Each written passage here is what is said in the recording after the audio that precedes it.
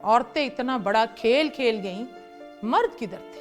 ایک قتل لرزہ خیز دل دہلا دینے والا اتنا بڑا واقعہ ہو گیا. کسی رشتہ دار سے اس خاتون نے بات کی ہوگی، کسی دوست سہیلی کو بتایا ہوگا کہ میں بہو سے اتنا حسد میں آ گئی ہوں، میرا دل کرتا ہے میں اس کی جان لے لوں. ایسا نہیں ہو سکتا کہ نہ کہا ہو.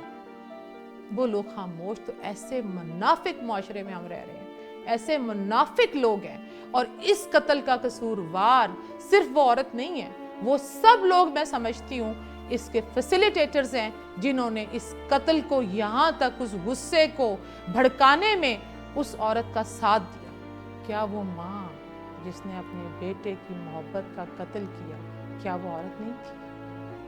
کیا وہ بہنیں جس نے ماں کے ساتھ مل کر وہ نندوں کے روپ میں جو خالہ کی بیٹیاں بھی، مجھے بتائیں کدھر جاتا ہے دل، کدھر جاتا ہے ذہن، کدھر جاتی ہے ہوس، کدھر جاتی ہے ان کی لالچ، اتنی نفرت کہ آپ صرف چھوڑ دو نا بھائی، اس کو مار ہی دیا. یہ ایک ایب نارمل بیہیویئر ہے.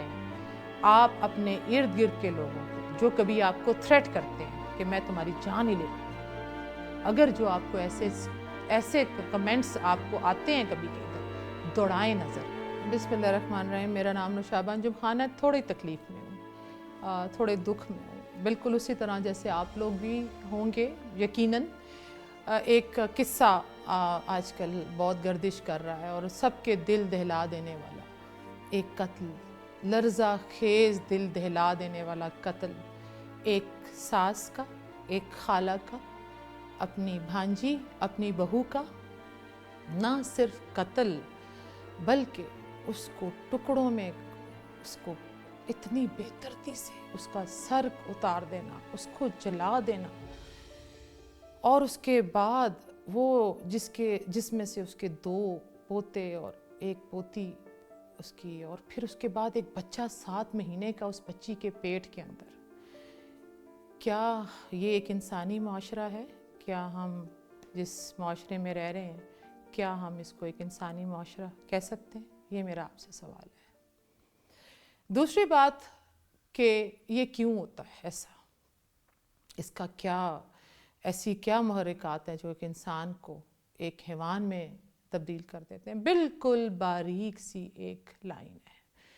ایک انسان لائن کے اس طرف انسان ہے اور وہی دوسری طرف حیوان ہے. ایک طرف وہ خالہ ہے جو اپنی بہن کے ساتھ بڑھی ہوئی ہے، اس کی بچی کے ساتھ رشتہ جوڑا محبت کا، اور دوسری طرف وہ حیوان ہے، وہ جانور ہے، ایک ایسا جانور جس نے اس کو چیتھڑے کر دیا. وہ ماں ہے جس نے اپنی بیٹے کی محبت کا قتل کر دیا، جو اس کی حسد، جو اس کی ہوس، جو اس کی ہرس اور لالچ کا نشانہ بن گئی. تکلیف ہے، بات کرتے ہوئے بھی دکھ ہوتا ہے. ہاں، الفاظ ساتھ نہیں دیتے، زبان ساتھ نہیں دیتی. آپ لوگ بھی تکلیف میں ہوں گے.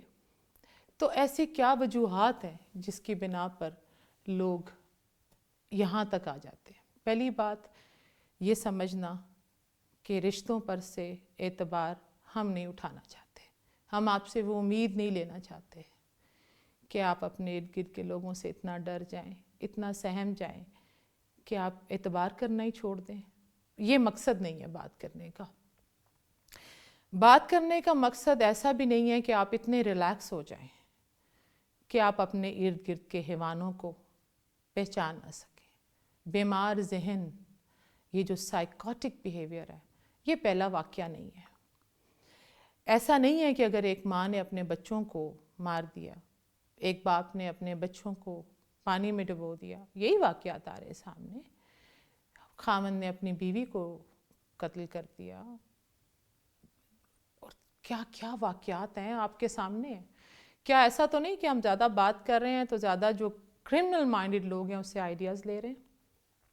اس سے تو بات کرنے کا مقصد صرف یہ ہے کہ آپ کو اویئرنیس دی جائے تھوڑی بہت، اور ہم ایسے واقعات سے بچ کیسے سکتے ہیں، کیسے آئیڈینٹیفائی کر سکتے ہیں. کیا رشتے خراب ہوتے ہیں؟ رشتے خراب نہیں ہوتے.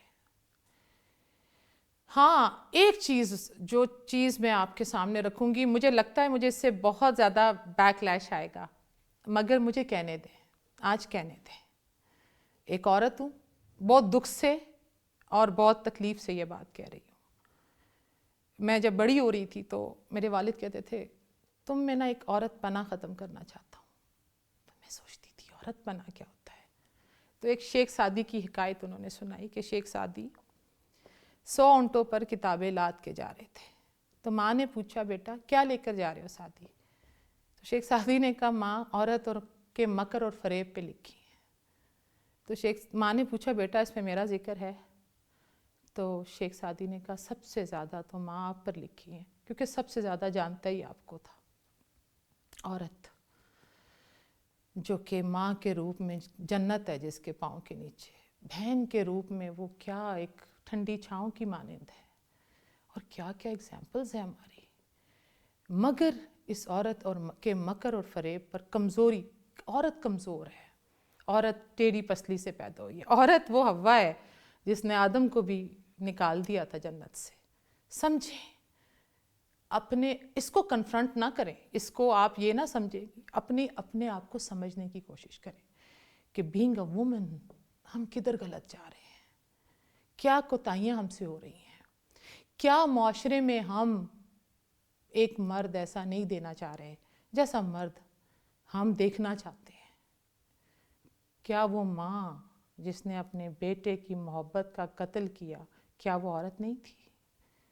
کیا وہ بہنیں جس نے ماں کے ساتھ مل کر، وہ نندوں کے روپ میں جو خالہ کی بیٹیاں بھی ہیں، آپ مجھے بتائیں کدھر جاتا ہے دل، کدھر جاتا ہے ذہن، کدھر جاتی ہے ہوس، کدھر جاتی ہے ان کی لالچ، اتنی نفرت کہ آپ صرف چھوڑ دو نا بھائی، اس کو مار ہی دیا، اور پوری پلاننگ کے ساتھ، صرف اس وجہ سے کہ شاید وہ دکھنے میں آپ سے خوبصورت تھی، شاید اس وجہ سے کہ وہ آپ کے بیٹے کی محبت تھی، یا کوئی مالی فائدہ۔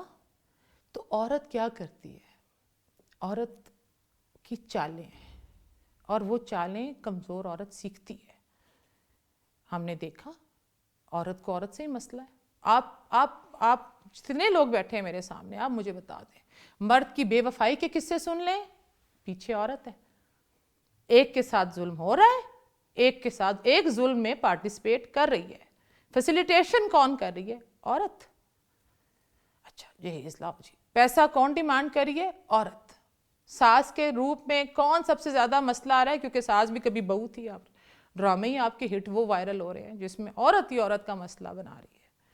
ہمارے پاس کانٹینٹ ہی نہیں ہے، ہمارے پاس یہی کانٹینٹ ہے، کیونکہ یہ معاشرے میں ہو رہا ہے۔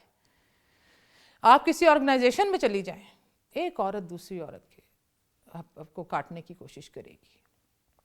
اس قصے میں بھی یہی ہوا، یہی نشانہ بنی وہ بچی، وہ نفرت کا، وہ غصے کا، وہ حسد کا، یہ ہمیشہ سے اپنے سے کمزور پر نکلتا ہے، اور وہ ٹارگٹ آف فرسٹریشن اور اگریشن وہ بچی بن گئی۔ وہ گرجز پیچھے سے چلتے آ رہے ہوں گے، یہ بھی میں آپ کو بتا دوں، یہ پہلے دفعہ کا مسئلہ نہیں کہ وہ واقعہ ایک دم اس وقت ہو جاتا ہے، وہ پورا ایک مائنڈ سیٹ پلان ہوتا ہے، ایک خاندان کا، ایک علاقے کا نارم ہوتا ہے۔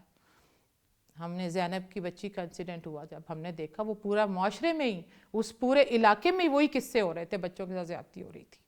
اور میرا یہ بالکل اس میں مجھے کوئی ابہام نہیں ہے کہ اگر آپ تھوڑی سی اور انویسٹیگیشن کریں، جو ہمارے حضرات ہیں وہ دیکھیں گے کہ اس علاقے میں یہ ایک نارم ہوگا، بہوؤں کے ساتھ یہ سلوک، عورت مینیپولیٹ کرتی ہے عورت۔ تو یہ جو عورت پنا ہے، اس کے اوپر کام کریں، جینے دیں۔ ایک عورت کے ساتھ کھڑی ہو، ایک وہ عورت نکل آئی ہے باہر جو کہ جی وہ میرا جسم اور میری مرضی والی ہے، اور ایک وہ عورت ہے جو دوسری عورت کو کاٹ رہی ہے۔ ایسا نہیں ہے۔ آپ کو اگر یہ اندازہ ہو جائے کہ عورت کو اللہ تعالیٰ نے کتنی طاقت، عورت کو اللہ تعالیٰ نے کتنا صبر، عورت کو جنت کی ملکہ اور کیا کچھ عورت کے لیے رکھا ہے، اور آپ اگر اس کے اندر نکل کر آ کر یہ معاملات کرتے ہیں، اب کیا یہ سب لوگ کرتے ہیں؟ سب لوگ نہیں کرتے۔ سب لوگ اس لیے نہیں کرتے کہ جنہوں نے اپنے اوپر کام کیا ہوتا ہے، اور وہ کام وہ لوگ کرتے ہیں جو سب سے پہلے اپنی